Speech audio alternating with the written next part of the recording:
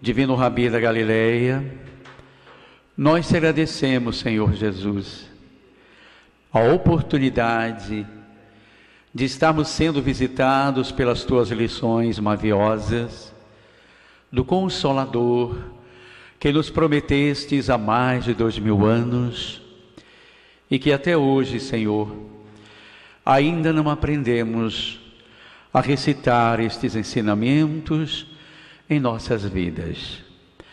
Mas, como disse o poeta Castro Alves, Jesus, somos pequeninos, mas fitamos os Andes. Queremos olhar para frente e, com entusiasmo, Jesus, destes ensinamentos, na certeza maravilhosa de que poderemos vencer as dificuldades morais que ainda trazemos, nós te agradecemos, Senhor, e te pedimos forças para estarmos juntos no trabalho de amor que a doutrina espírita nos oferece. Permite, Senhor, que a tua luz possa permanecer e derramar-se sobre toda a terra. Ampara-nos no trabalho da difusão do teu Evangelho, desta mensagem do Consolador, que ainda, Senhor, ainda não penetrou, não se aninhou no coração de cada um de nós, mas que temos a certeza, isso não tardará a acontecer. Fica conosco nesta noite, ampara o nosso querido Paulo, derrama sobre ele a bênção, Senhor, de luz, para que mais uma vez possamos ouvir a tua mensagem, enlaçada nas belezas do Consolador e representadas pela doutrina espírita. Assim, Jesus, nós te agradecemos e te pedimos a permissão para iniciarmos com carinho a nossa reunião fraternal e festiva do Núcleo Espírita da Cidade Nova, pertencendo à 48ª Semana Espírita de Serrinha. Que assim seja, Senhor. Com a palavra, o nosso querido Paulo de Tarso.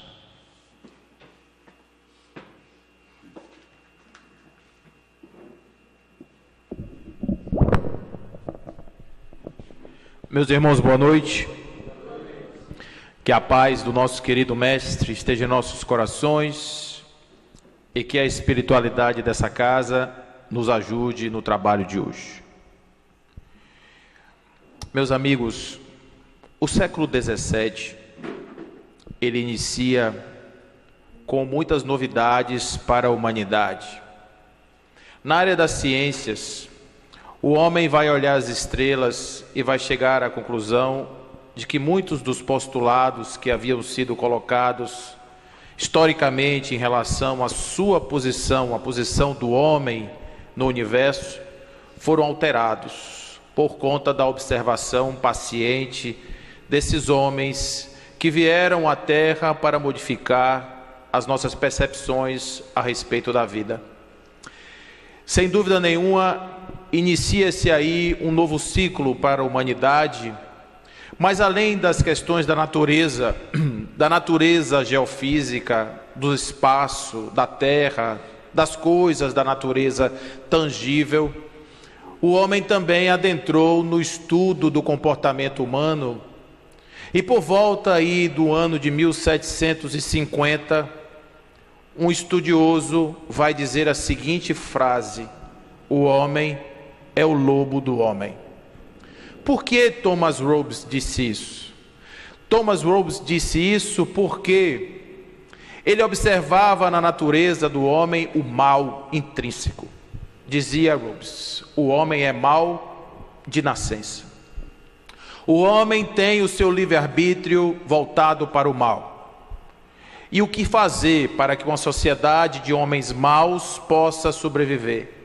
Thomas Hobbes diz: numa sociedade de homens maus tem que haver um poder central que seja capaz de coibir esta maldade intrínseca do homem. Olha que coisa interessante ele está dizendo. Ele está pedindo para que uma mão poderosa, a mão absoluta de um imperador, de um grande rei, domine as nossas paixões e faça com que esse homem mau, instintivo, esse homem que vai atrás da sua saciação a qualquer preço, esse homem seja contido pelo poder absoluto de um monarca, de um líder, de um grande governante. E ele dizia, este grande poder, que ele vai evocar da Bíblia uma imagem de um monstro poderoso que ele chama de Leviatã. Era o Leviatã, aquele que iria com seus múltiplos tentáculos coibir o homem. E ele ia mais além. Este homem e este poder absoluto é exercido pelo governo e também pelas igrejas, pela religião. As duas cabeças do Leviatã seriam o poder absoluto, a religião, sendo que a religião estaria abaixo do poder absoluto. Estava ali aprovada a questão absolutista, estava ali aprovada a questão das grandes monarquias, dos grandes ditadores, que até hoje, em determinadas circunstâncias, ainda aparecem sobre a face da terra, sob esse mesmo viés. Nós não sabemos nos governar, somos maus, somos indisciplinados, portanto, nós precisamos realmente de alguém que nos discipline. Eu acho que eu ouço um pouco disso quando o pessoal pede ditadura militar no Brasil. Aí eu fico assim, nossa, lá o século XVI voltando de novo aqui, batendo na nossa porta, porque o homem do século XXI ainda não sabe se governar. De certa maneira, Thomas Hobbes não estava de todo errado, porque a observação que ele fazia era uma observação de um filósofo social que via na organização social um grande contrato, um contrato entre pessoas. Eu não te faço mal, você não me faz mal, e se eu te fizer mal, ou se você me fizer mal, alguém faz alguma coisa com você para que você fique com medo. Mas vai passar cerca de 200 anos depois, e um outro homem, também observando o mesmo aspecto da natureza humana, vai dizer algo extremamente diferente. Ele vai dizer: o homem é naturalmente bom. Olha que coisa interessante como é a observação. Todas as verdades, elas podem ser vistas de diversas formas. Observando o mesmo homem, Rousseau vai dizer: este homem nasce perfeito. Porém, a sociedade, os costumes, os padrões que são estabelecidos para que esse homem se transforme num ser social, corrompem esse homem de forma tal que esse homem se torna um homem mau. Para que o homem possa manter a sua essência do bem, ele precisa ter espaço, ele precisa que a sociedade promova para ele os meios para que ele se transforme em um homem do bem. E assim, Rousseau vai estabelecer as práticas e todas as formas de um contrato social, aonde de fato as pessoas assumam o compromisso, a sua liberdade de criar essas próprias leis. Dizia Rousseau: o homem só será livre no seu livre-arbítrio quando o poder que o governa for criado por ele mesmo. Porque aí o homem não estará obedecendo a outra pessoa, estará obedecendo àquilo que ele mesmo determinou como sendo um padrão social. Imagine que todos nós aqui fizéssemos um pacto de como seria a nossa vida em coletividade e cumpríssemos esse pacto. Estaríamos dentro do livre-arbítrio, porque faríamos tudo aquilo que quiséssemos, mas regulados por regras que nós mesmos estabelecemos. Portanto, seria muito bom se a sociedade pudesse viver sobre sobre esse modelo de contrato social. Mas esse homem vai escrever uma obra chamada O Emílio, que vai estar se espalhando, pelos pensadores daquela época como um grande incentivador do processo educacional. E esse processo educacional, ele vai formar pessoas com base em Deus, com base em seus potenciais, com base na capacidade divina do homem, dos potenciais do homem, etc. E vai chegar na mão de um suíço chamado Pestalozzi, Henri Pestalozzi. Pestalozzi vai pegar o modelo de Rousseau e mais de outros pensadores da época e vai estabelecer que o homem se coloca em 3 estágios ou estados. O primeiro, o estado da natureza, aonde no estado da natureza nós queremos a satisfação dos nossos instintos. Nós queremos a saciação dos nossos desejos, porque afinal de contas, o nosso corpo grita para ser alegre, feliz, para poder ter as cosquinhas existenciais que a gente comentou ontem na nossa conversa. Mas é exatamente essa necessidade do homem natural que leva ao primarismo das nossas relações. Porque se eu, de certa forma, tentar dar vazão às minhas necessidades imediatas, o mundo será um caos. Porque todos nós vamos querer o máximo possível para cada um. Imagine, você tem uma casa, você tem comida, você tem uma série de coisas, e o outro de repente acha que é interessante ter o que você tem e não quer trabalhar tanto, então entra na sua casa e começa. E a gente também vê um pouco disso hoje, quando a gente vê as pessoas tomando o que é dos outros, entrando na casa dos outros, enfim. Então isso daí é o que ele chama do estado natural. O segundo estado, que seria uma evolução deste, seria o estado social, aonde o homem aceitaria os contratos que foram estabelecidos e submeteria-se a esses contratos, inclusive pagando o preço de um contrato desse tipo. Que preço é esse? O preço é a gente deixar de ser quem a gente gostaria de ser, é a gente deixar de fazer coisas que a gente poderia gostar de fazer. Portanto, Pestalozzi vai dizer o seguinte: o estado social, por mais absolutamente perfeito que ele seja, ele nunca trará felicidade ao homem. Por quê? Porque haverão dores sempre dentro dessa alma que vão pedir para a saciação das suas necessidades, e portanto não há espaço para uma felicidade plena enquanto o homem não se realizar per si. Aí ele diz: existe um terceiro estágio, e esse é o estado moral. O estado moral não depende do governo, não depende da sociedade, não depende de absolutamente ninguém. Depende exclusivamente do homem, na sua vontade, no seu desejo de tornar-se divino, porque divino ele é desde a nascença, desde o nascimento. Ele surge como uma semente com a potência divina, e portanto depende do seu desejo tornar-se divino, para que ele, a partir da sua divindade, transforme em divina a sua sociedade. Olha a proposta desse homem. A proposta desse homem é ultrapassar as regras sociais para fazer com que o homem consiga, por seu próprio mérito, vencer as batalhas dos desejos naturais e sociais e tornar-se Deus, vivendo na terra em plenitude, numa sociedade perfeita. Se todos os nossos educadores tivessem esse estímulo de olhar um aluno e dizer assim: eu não quero que você aprenda como é que a terra gira, nem quantos ponteiros tem um relógio, eu quero que você entenda o que você é dentro de você, e você a partir daí consiga realizar-se no máximo possível das suas potências. Pense o que seria do sistema educacional mundial se isso acontecesse. Por isso, os pais recorriam a Yverdun, na Suíça, naquele castelo dos Zähringer, à margem do lago Neuchâtel, para levar os seus filhos para serem educados por esse homem, Henri Pestalozzi. Dentre essas crianças que chegaram no castelo de Zähringer, lá em Yverdun, estava um menino de mais ou menos 12 anos de idade, cujo pai teria sido de alguma forma morto pelo sistema político da época, que estava em movimentação, e tem uma relação com o Brasil interessante, porque em 1807, quando Napoleão começa a se movimentar em direção a Portugal, forçando a vinda da família real para o Brasil, é aí que a gente tem início como nação, e foi aí que o pai desse menino desapareceu, e a sua mãe, assustada com toda aquela movimentação, o leva à Suíça.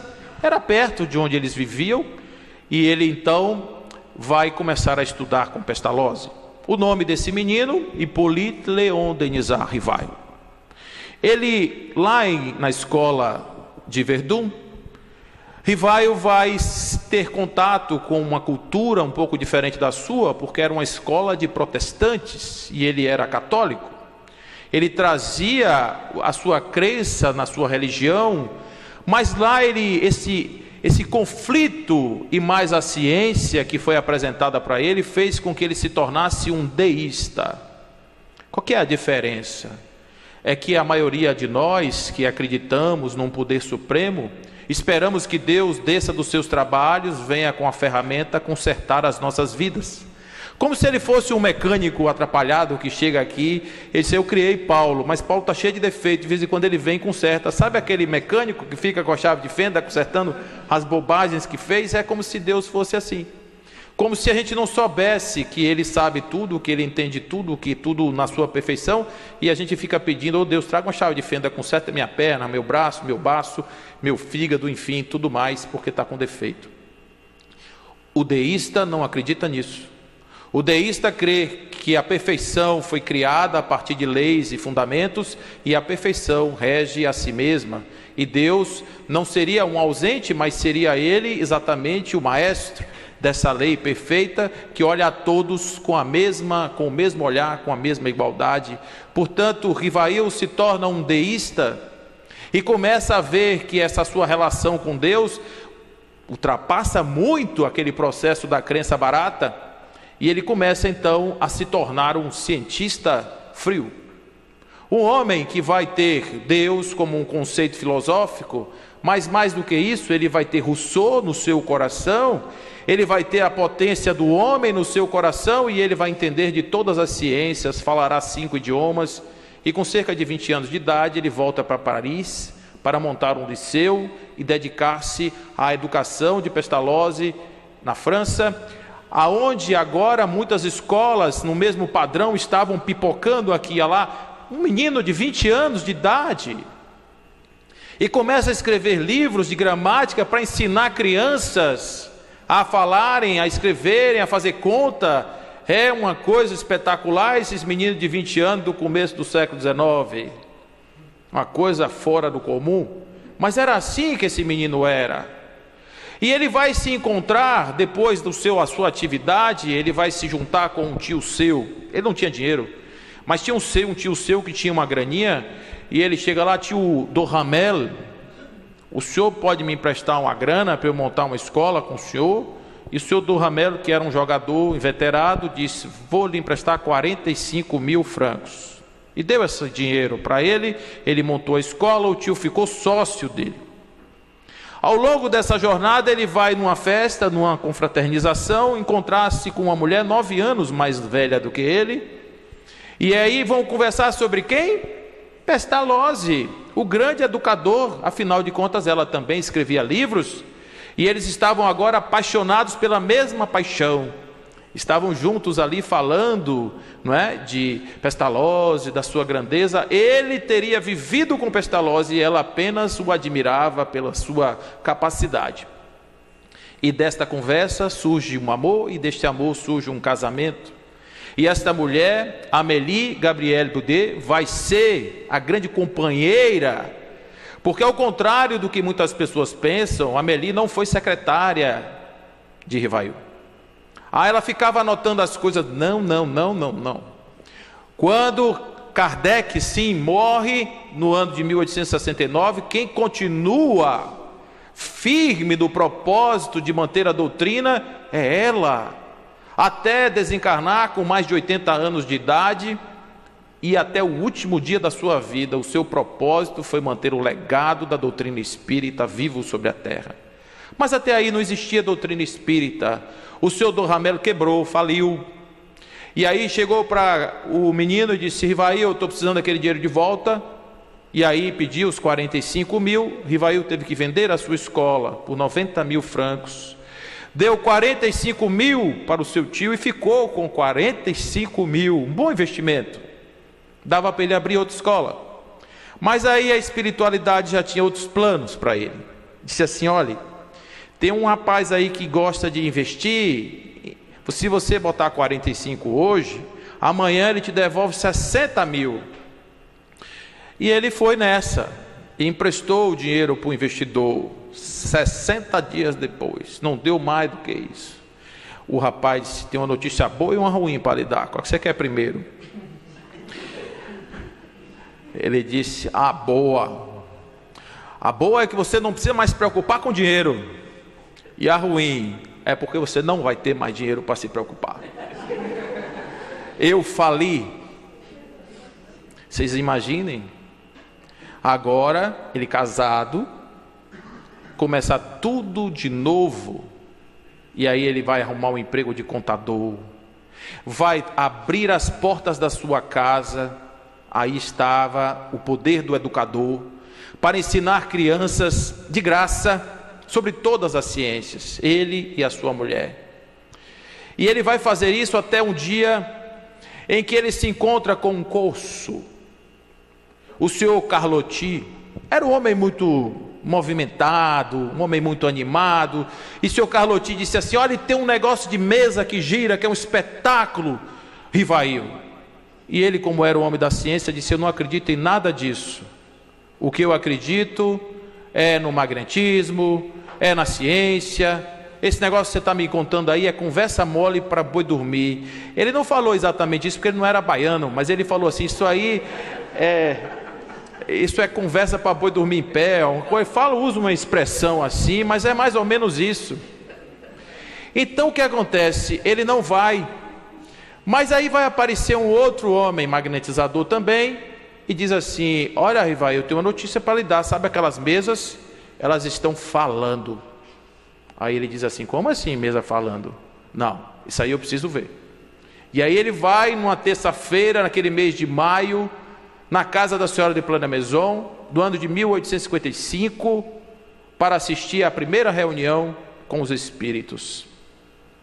E quando chega lá, as mesas estão se movimentando, e ele diz: eu não posso crer que não seja o magnetismo que esteja movimentando essas mesas. E em resposta ele recebe: mas não é o magnetismo, somos nós, os espíritos, que fazemos as mesas se moverem. E como ele era um polímata, ele começa a falar em outras línguas, ele começa a fazer perguntas sobre todas as ciências, e as mesas respondem, batendo as asinhas, os pezinhos, dando toque-toque, tique-tique, taque-taque.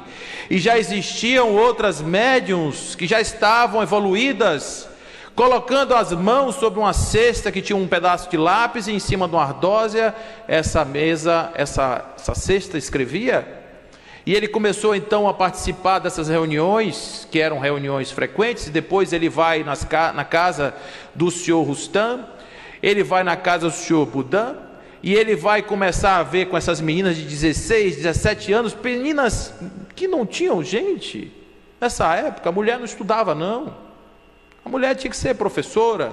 Apenas uma mulher como a Amélie, que era uma mulher danada, dona do nariz, o pai advogado, e ela muito firme, e ela botava as coisas na frente. Mas a maioria das mulheres era criada para o lar. E essas meninas não podiam entender das coisas que Rivail perguntava, porque ele perguntava de astronomia, ele perguntava de filosofia, dessas coisas, e as respostas vinham de forma absolutamente maravilhosa, perfeita. E ele fazia mais, ele saía ali coletando essas informações aqui e ali, lá de um canto e no outro, e ele fazia essa comparação: o que um espírito falou, o que o outro falou, será que os dois estão falando a mesma coisa? Se falasse, ele chama isso de universalidade. Essa, na primeira versão do livro de 18 de abril de 1857, com 501 questões, ele vai trazer exatamente esse ponto. Mas isso não vai parar por aí, porque logo depois que ele publica, ele vai dizer uma coisa linda. Conta Canuto de Abreu, conta uma história de que Kardec, quando chegou em casa depois do primeiro dia, e que ele sentou-se numa escrivaninha de madeira bonita que ele tinha, ele abriu um diário, e ele falou assim: hoje foram vendidos ou doados cerca de 100 exemplares de O Livro dos Espíritos. Cada exemplar, uma gota de vida nova no coração de homens velhos. Se cair em corações maduros, gloriosas ressurreições haverão de ser percebidas. 1100 sementes de verdade caídas no campo da observação. Se apenas uma frondejar, todo o nosso trabalho terá valido a pena. Esse era agora Allan Kardec. E ele vai fundar no início do ano de 1858 a Revista Espírita e a Sociedade Parisiense de Estudos Espíritas.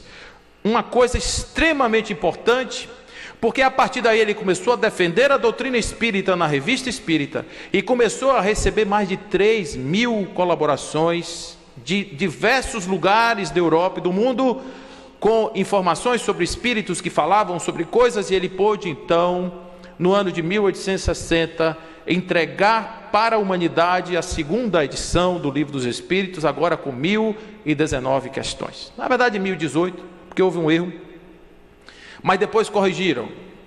Então tinha 1.019, mas estava faltando um, agora está tudo certo, porque corrigiram já, né? Não botaram uma questão nova, só renumeraram para ficar direito.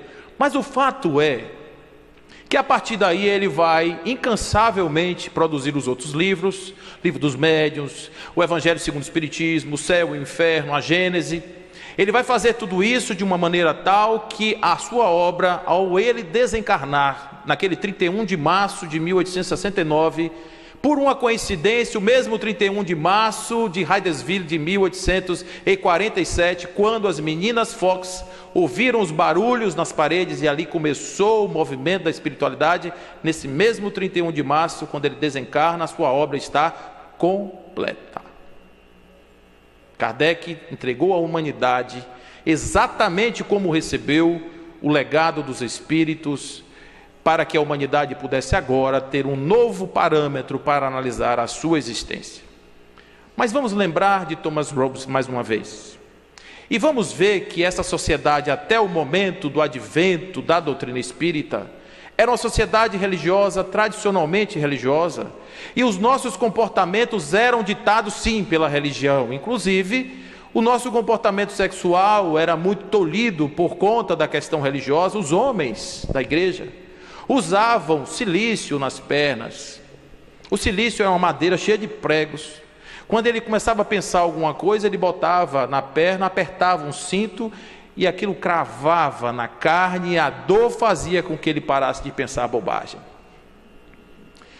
Vocês estão pensando que isso é um exagero? Francisco de Assis, o nosso santinho, ele tinha uma paixão carnal tão grande por Clara, que quando a cabeça dele evocava poderes malignos, ele se jogava nas roseiras, como uma forma de aplacar a ira dos seus desejos. Olha aí o homem natural, olha aí o homem dos instintos, mesmo nos corações mais doces da humanidade. Então, esse processo religioso que veio acompanhando a humanidade até por volta do século 17 e 18, tomou umas pancadas, porque o Sol passou a ocupar o centro do universo, a Terra não mais. E depois, exatamente naquele ano de 1859, Charles Darwin apresenta à humanidade a teoria da evolução das espécies, destruindo de vez com o boneco de barro. E agora, como é que se justifica o boneco de barro? O homem foi criado à imagem e semelhança de Deus. Como assim? Deus é um macaco? Pensavam alguns outros. Até hoje, nos Estados Unidos, em pleno século XXI, existem escolas onde é proibido se falar de evolução. Até hoje, existem lugares onde é obrigado se falar da criação. E olha o que a doutrina espírita faz 2 anos antes, traz um criacionismo evolutivo. Não é tentando arrumar o baba, não, mas ele foi dizendo, houve uma criação porque o Criador é a inteligência suprema e causa primeira de todas as coisas. Portanto, nascemos do Criador.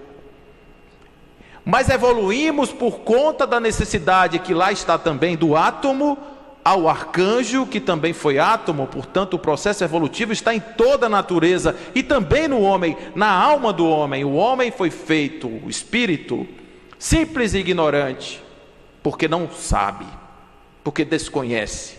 E a partir daí nós vamos jornadear pelas nossas sucessivas encarnações até atingirmos a perfeitude, até sermos anjos, até sermos perfeitos, como perfeito é o Pai Celestial. Qual é a razão da encarnação? Pergunta Kardec aos espíritos. Tornar o homem perfeito. É a resposta. Então, como o homem pode se tornar perfeito se o homem ainda está sob a égide de um Leviatã? O Leviatã religioso, quem impede o homem de ser a sua verdadeira verdade, que diz ao homem: você é um incompetente emocional e eu tenho que tomar conta de você. Mas aí a gente entra no século XIX. O século XIX é um século mais um pouco agressivo, porque agora a academia saiu da igreja. Os homens agora não precisam mais da igreja para pensar e dizem: Deus está morto. O maluco vai para o meio da rua e diz: olha, agora quem vai acender as luzes, quem vai mexer nas estrelas, quem vai acender a luz do sol e a lua. E agora nós entramos no século XX sem Deus. E o que acontece no início do século XX? Temos a Primeira Guerra Mundial. 10 mil pessoas morriam todos os dias. Uma das guerras mais cruéis já travadas pela humanidade. E logo depois nós vamos ter uma Segunda Guerra Mundial.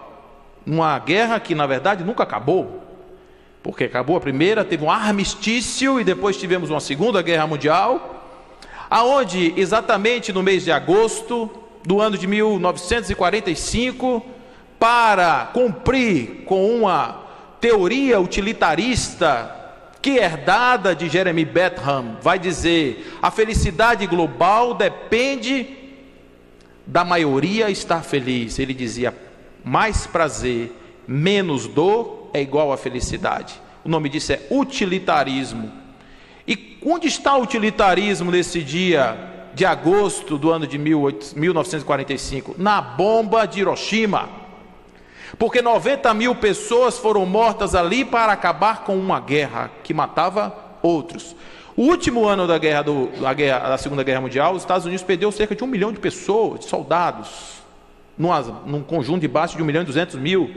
Então foi uma guerra muito cruel, porque os japoneses não queriam entregar o seu território e morriam como formigas e matavam também formigas. E foi uma guerra terrível,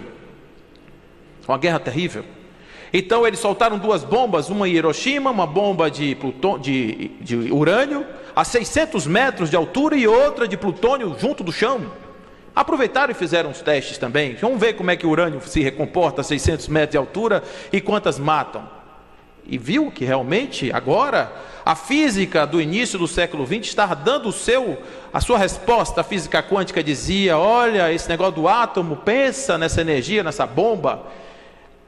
E aí a gente vai, depois da guerra, tudo fica calmo. O mundo encontrou a paz. Uma paz mais ou menos. Porque agora os Estados Unidos estavam usufruindo de carros maravilhosos. Aí vocês vão lembrar, Katharine Hepburn, né? Aqueles grandes artistas de Hollywood, estavam ali agora usufruindo da riqueza. Os grandes astros do rock and roll, com seus Cadillacs incríveis, Elvis Presley, todos esses homens que estavam ali fazendo agora o American Way of Life, o jeito de vida americano. E o mundo começou a beber dessa alegria, porque todo mundo queria ser rico, bonito, interessante. E aí a gente tem aqui no Brasil herda o rock and roll, o iê, iê, iê, e aqueles meninos andando de lambreta e Mederix, né? Lá do Estúpido Cupido, aquele povo todo, a jovem guarda. A gente tem aí o Woodstock, e aí vem a guerra do Vietnã. E a guerra do Vietnã trouxe para a América um presente grego. Trouxe as drogas do Oriente. E os Estados Unidos começaram a experimentar. Já estavam vivendo sob a égide do LSD. O LSD foi uma experiência de laboratório para que cientistas pudessem exercer a ampliação da sua capacidade cognitiva. E um cientista um dia teve na sua pele derramada a substância, e ele foi andar de bicicleta para casa. Quando chegou no meio do caminho, ele teve um estado alterado de consciência, e ele disse: meu Deus, foi o que aconteceu, o mundo fundiu-se com ele. E eles começaram a fazer experiência, até que um dia um homem chamado Timothy Leary vai traduzir o livro tibetano dos mortos na linguagem de uma viagem psicodélica, e vai fazer uma ode ao LSD, e as drogas se tornam a grande porta de liberdade da humanidade.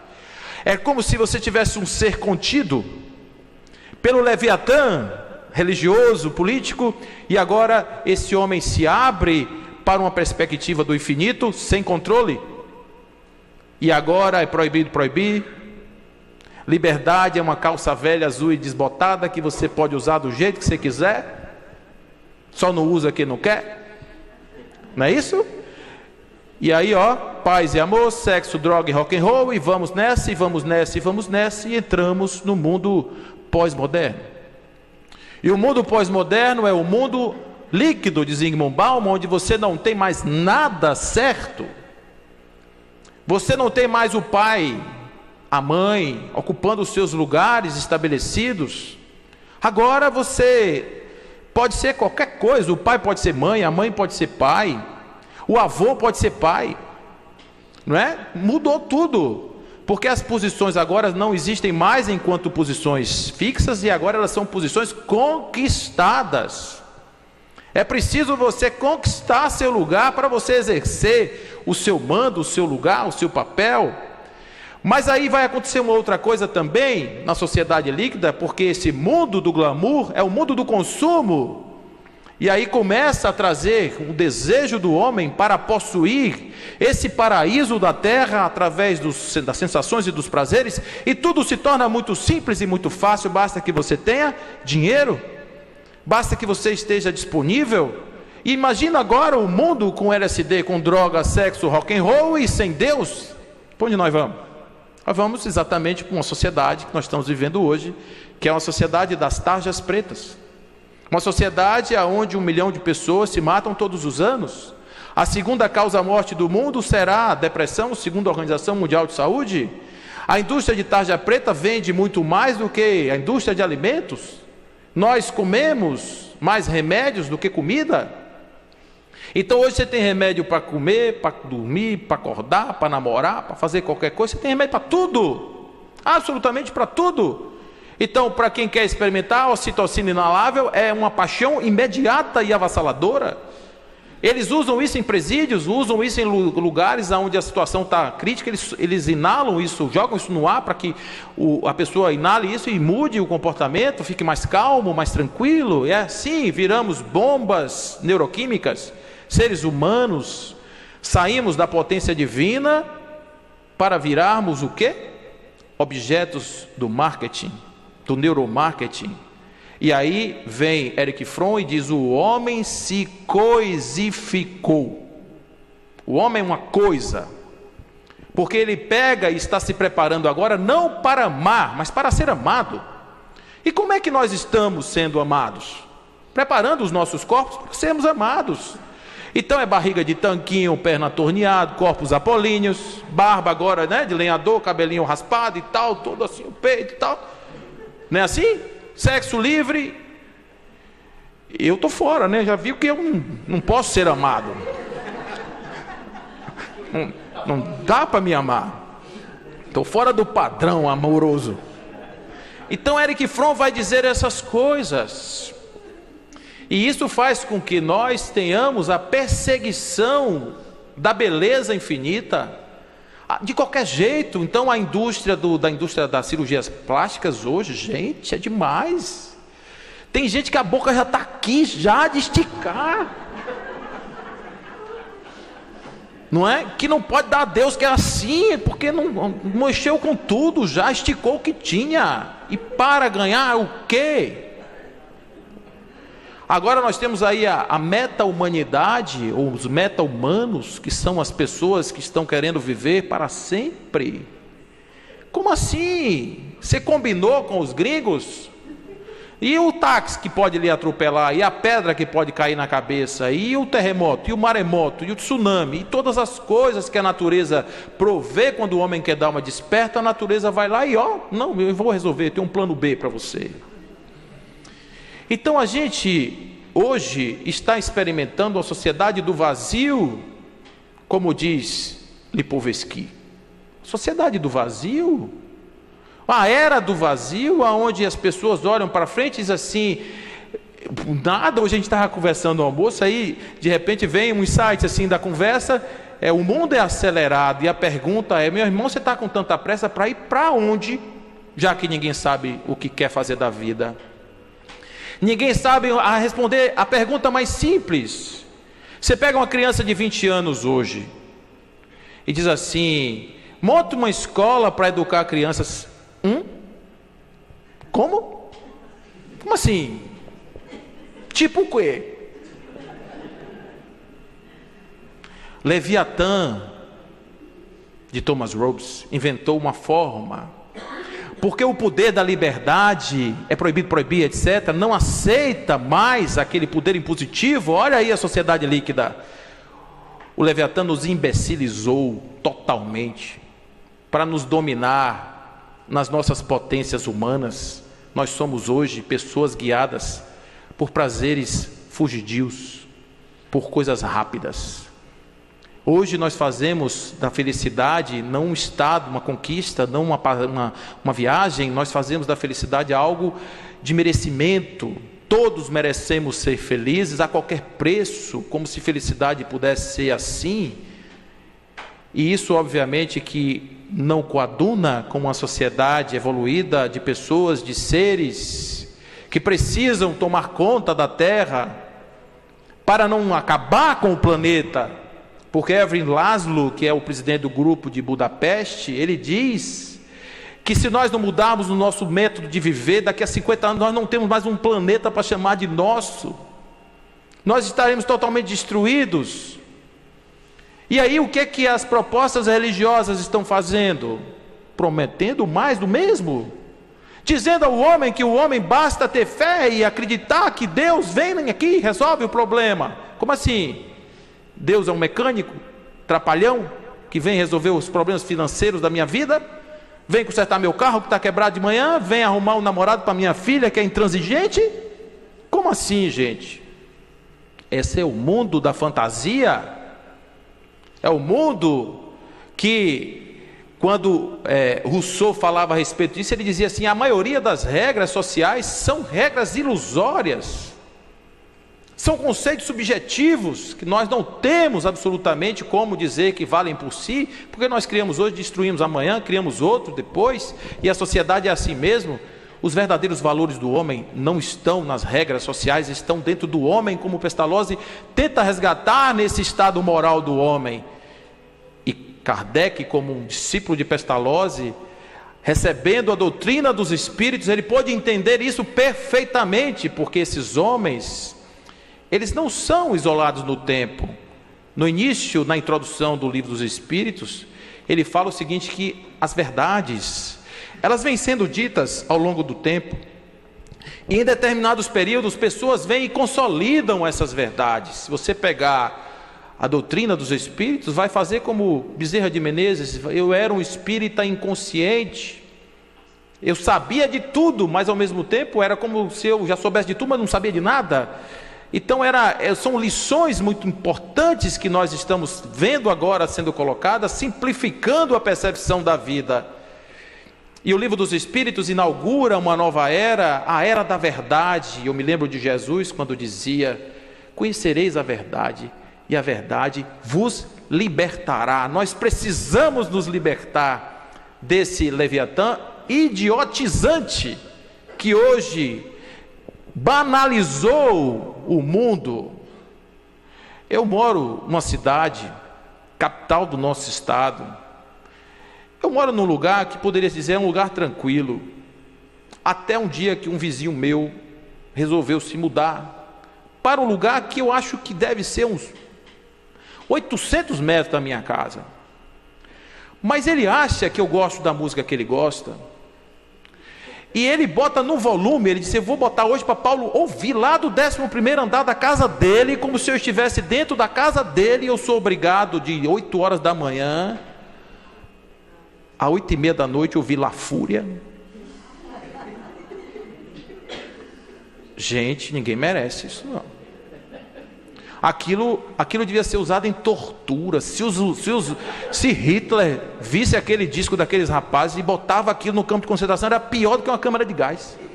Porque se uma pessoa ficar uma semana ouvindo aquilo, enlouquece. E é o dia inteiro, gente. E a gente diz assim: vem cá, gente, o que é isso?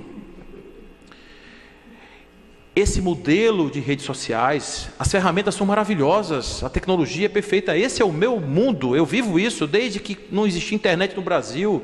Minha área é essa, eu trabalho com isso desde 1982.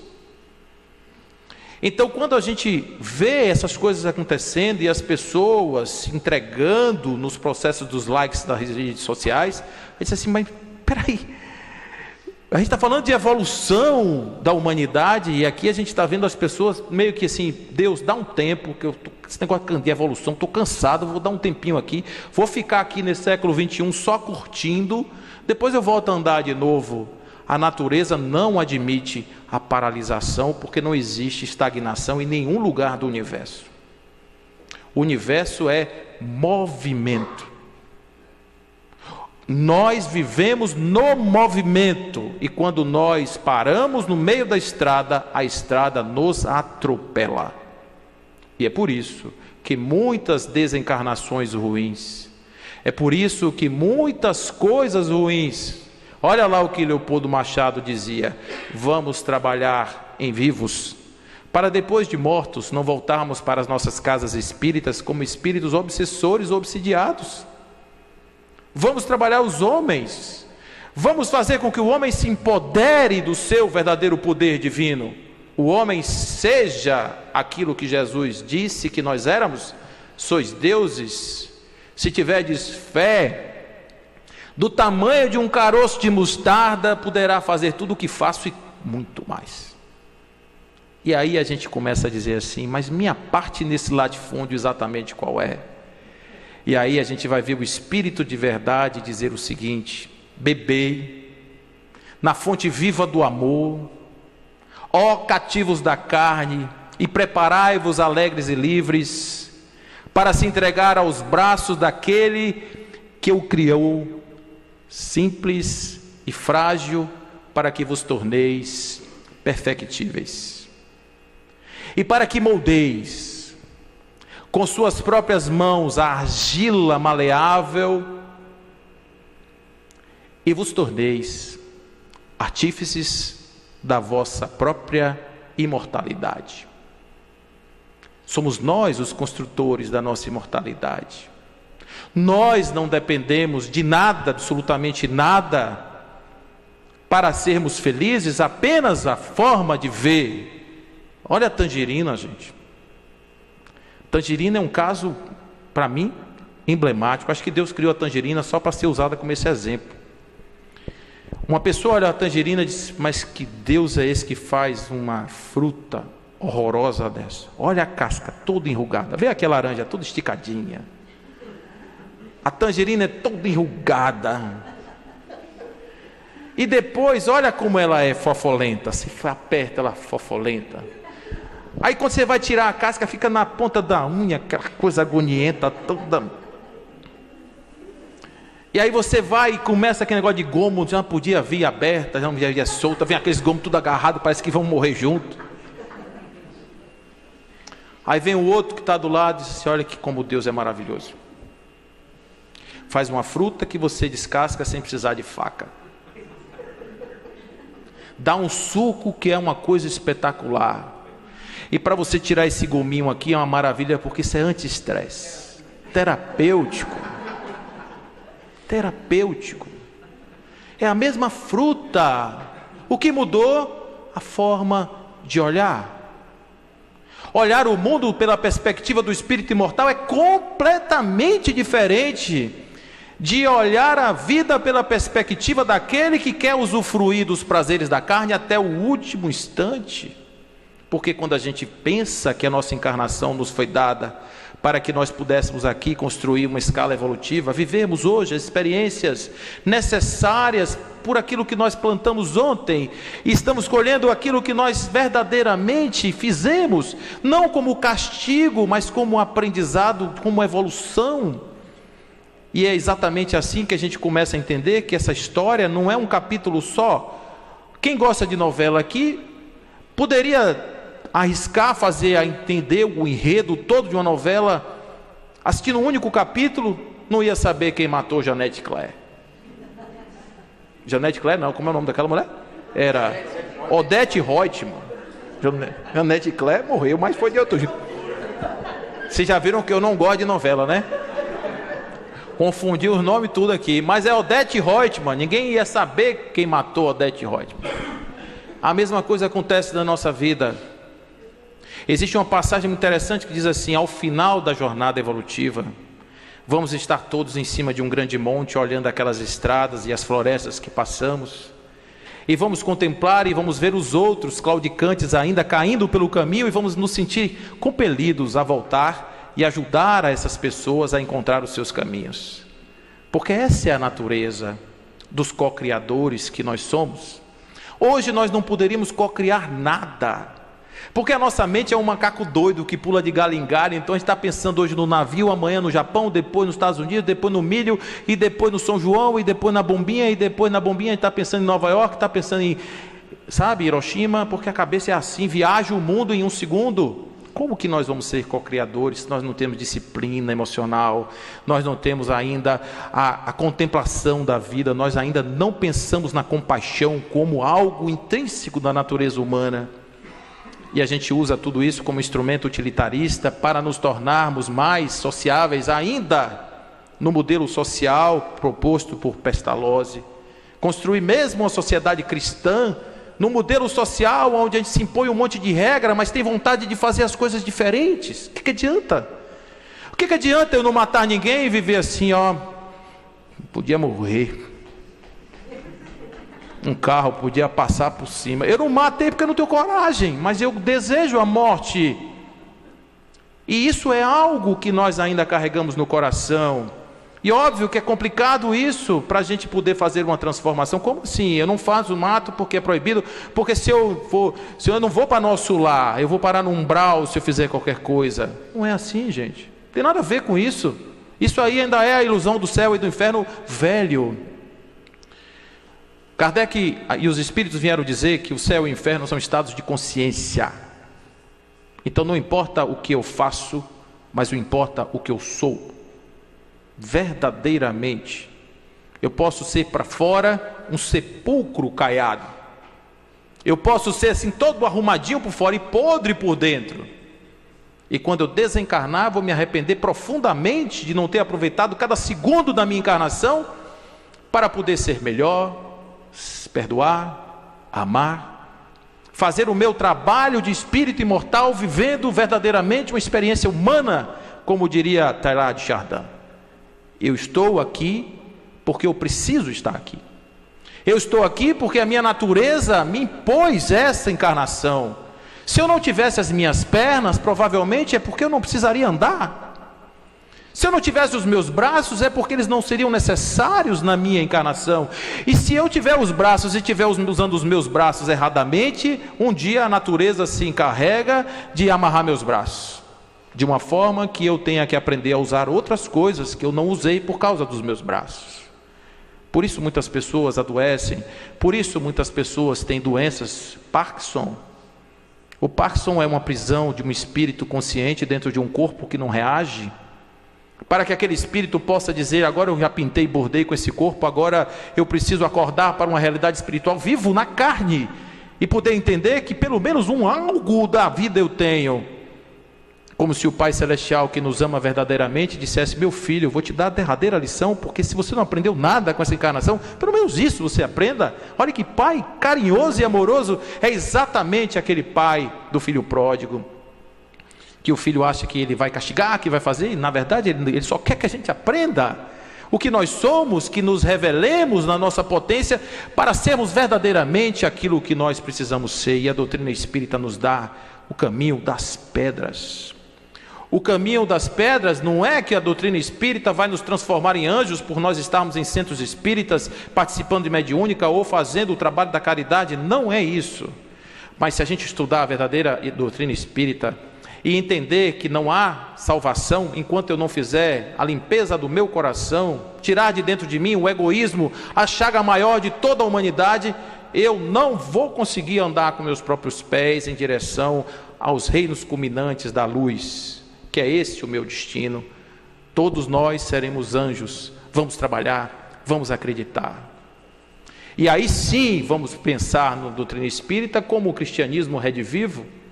Quando Jesus dizia: o ramo que em mim não dá fruto, o Pai arranca, mas aquele ramo que em mim dá fruto, o Pai limpa para que dê mais fruto. E a gente não entende, mas eu faço tudo certo, e vem essas coisas que acontecem na minha vida, parece que quando eu comecei a fazer tudo isso, minha vida piorou. Vocês conhecem alguém que depois que virou espírita, parece que a vida ficou difícil, e a pessoa disse assim: enquanto eu não era espírita, não acontecia isso? Vocês já ouviram alguém falar isso? Olha só, isso está no Evangelho. Quando você começa a dar fruto, está cheio de chupão, cheio de coisa assim, ó. Aí o pai, que é o jardineiro, vai lá, ó, e tira os ramos que não interessam para que você dê mais fruto. Ô filho, você está carregando pedra demais, deixa eu tirar essa mochila das suas costas, deixa eu tirar essas pedras da mochila. Mas como é que tira, que eu sou agarrado na pedra? Às vezes ele toma, para que a gente aprenda a viver sem. E aí a gente passa a ressignificar a dor. A nossa vida passa a ser uma tangerina vista pelo lado bom. Quando a gente tem fé e acredita que o Pai Celestial nos ama verdadeiramente, e que a poda que acontece nas nossas vidas, que são na forma das dores, das perdas, etc., essas podas são verdadeiramente necessárias para que a gente possa crescer, evoluir, desenvolver, nos tornarmos melhores todos os dias. É isso que nós vamos compreender. Uma doutrina salvadora que não engessa absolutamente ninguém. Eu posso beber? Pode. Eu posso fumar? Pode. Mas que doutrina é essa? Que religião é essa que eu posso fazer tudo? Pode fazer tudo. Agora, você tem a certeza de que, como lei natural, tudo que você plantar, você colherá. Você está disposto a beber do cálice que eu hei de beber? Olha o que Jesus falava quando a pessoa dizia: eu quero te seguir. Meu irmão, você está disposto a beber do cálice que eu hei de beber? Sim, então venha, pode vir, fica aqui do meu lado, venha para o Centro Espírita, senta aqui nessa mesa, vá ser dirigente espírita, vá ver realmente como é incrível a dificuldade de juntar as pessoas, para que as pessoas saiam do movimento passivo para se transformar em verdadeiros trabalhadores de todas as horas. E isso é o que a doutrina nos trouxe, gente. Quando Kardec apresentou ao mundo a doutrina dos Espíritos através do Livro dos Espíritos, a obra-mãe, onde ela estrutura todas as outras obras, ele vem e diz assim, que a humanidade, a partir de então, poderá assumir o protagonismo da sua existência, que nós poderemos ser os comandantes, os timoneiros do nosso próprio navio, que nós podemos caminhar do jeito que a gente quiser, da forma que a gente quiser, uns mais rápidos, outros mais devagar. A gente só tem que permitir a que o outro caminhe pela sua própria vontade, não impor nada a ninguém, porque as pessoas vão seguir na sua velocidade, no seu tempo. E aí vem o acolhimento. Se eu tenho do meu lado alguém que não está andando rápido, respeite a vontade dele. É individual, ninguém salva ninguém. A gente ajuda as pessoas, mas ajudamos na sociedade pós-moderna, a gente falou isso, pelo exemplo a ser conquistado e não porque senão, tudo aquilo que você fala pela boca, mas que o seu coração não sente, não faz o menor efeito naquele que te escuta, porque o seu corpo e as suas ações falam muito mais alto do que as suas palavras. Temos que ser coerentes com aquilo que a gente quer se transformar. E aí, pensando ainda em Jesus, quando a gente olha a doutrina espírita, só vem um desejo: que o Pai Celestial e o nosso Mestre faça das minhas mãos as suas mãos, faça dos meus pés os seus pés, faça das minhas pernas as suas pernas, os meus olhos sejam iluminados pelo brilho dos seus olhos, e esse brilho e essa luz iluminem o meu caminho. Que as suas palavras estejam no meu coração e saiam pela minha boca, que já não é mais minha, agora é sua. E tudo o que eu disser seja exatamente aquilo que você diria para esse irmão que está na minha frente, para esse irmão que está caído, para esse irmão que está necessitado. Que essa emoção que pulsa no meu peito seja exatamente o seu desejo de me fazer progredir. E cada dia em que eu, em passos claudicantes, tentar cair, me lembre dos seus conselhos. Persevere, continue, firme, e assim eu possa, nos meus passos que são dos seus pés, que agora estão em mim, ir em direção ao teu encontro, ir em direção à tua luz, ir em direção à tua paz. Que o meu espírito pense em você todos os dias e seja iluminado pelo raio de esperança do teu encontro, e que nós possamos, unidos na fraternidade infinita do amor, criarmos na terra o mundo desejado por ti, quando pensaste em trazer para a terra os mansos e os consoladores, trazer para a terra aqueles que são os pacificadores, e fazer dos corações puros aqueles que verão a Deus.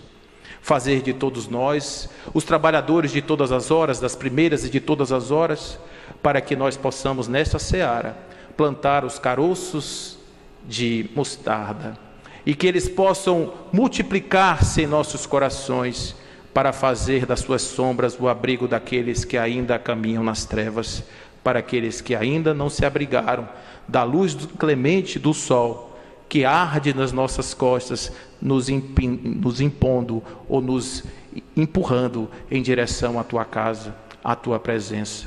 Que seja em nós o teu amor, que seja em nós a tua paz, que seja em nós a tua gratidão, por sabermos que podemos hoje, numa sociedade tão difícil e dura, podemos contar com um amigo tão fiel do nosso lado. Quando me faltarem as ideias, eu te pergunto: meu amigo, no meu lugar, o que você faria? No meu lugar, que ação você tomaria? No meu lugar, quem você colocaria no lugar do amor e do perdão? E eu tenho certeza que com todas essas histórias que a humanidade já ouviu contar, 2000 anos de Jesus, 2600 anos de Buda, 160 anos do Livro dos Espíritos, o que não vai faltar para o nosso coração angustiado do mundo pós-moderno, da época do vazio, são respostas que nos guiem para o nosso desiderato único, que era estarmos todos em direção a Deus. Que assim seja.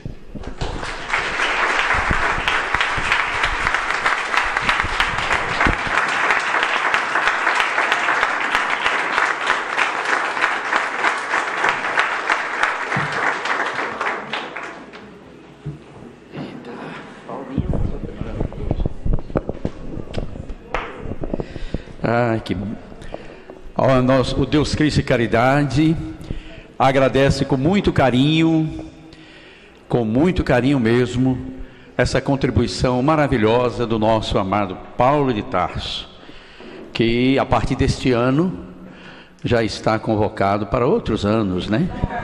Para outros eventos, né?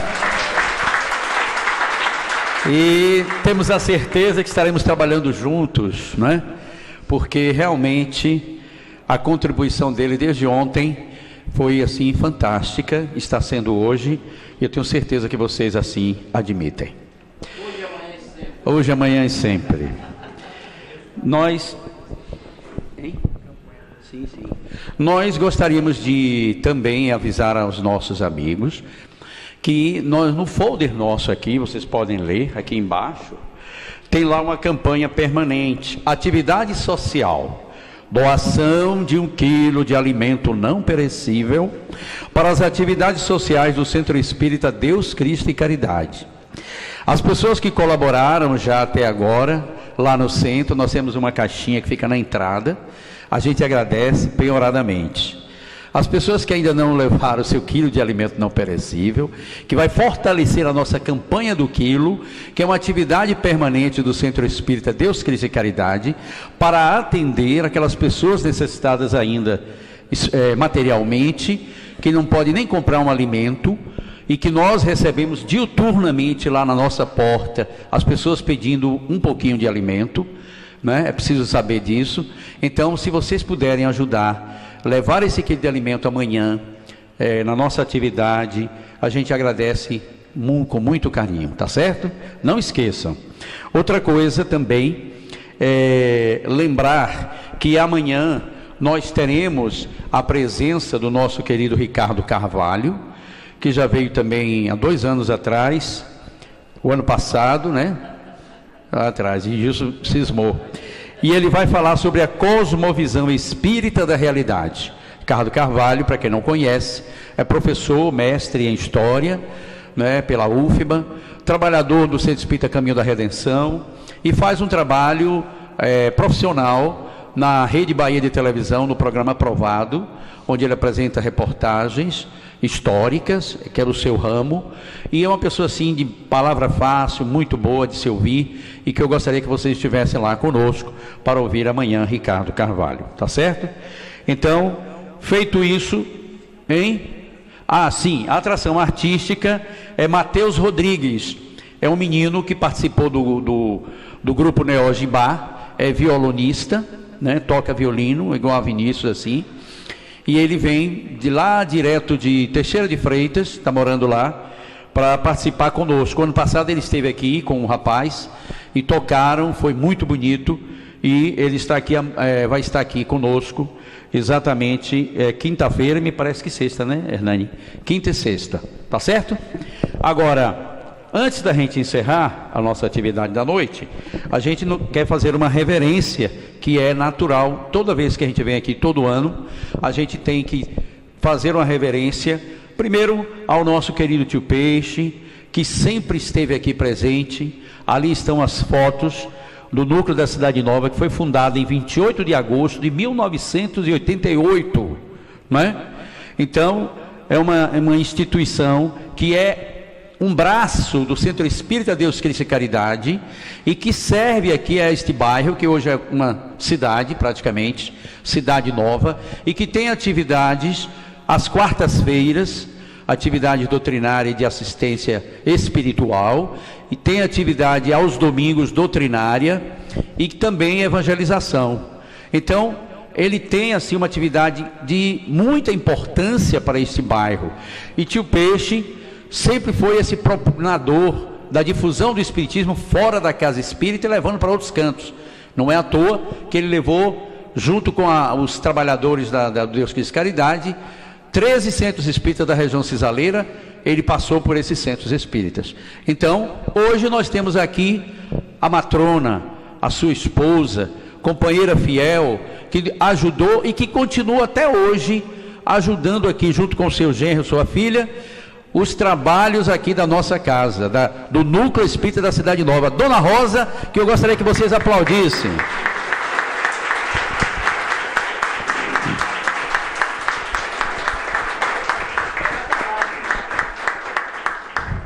Venha, Dona Rosa. Ela disse que não gosta de vir para frente, mas hoje ela se entusiasmou, porque ela lembrou de tio Peixe, e ela disse que vinha. Os cabelinhos brancos. Diga aí 2 palavrinhas para esse povo bonito que está aqui olhando a senhora. Fiz o que Deus me permitiu, com muita alegria, muito princesa. Foi quem construí, quem botou esse piso desta casa fui eu, mas é Peixinho, e continuo.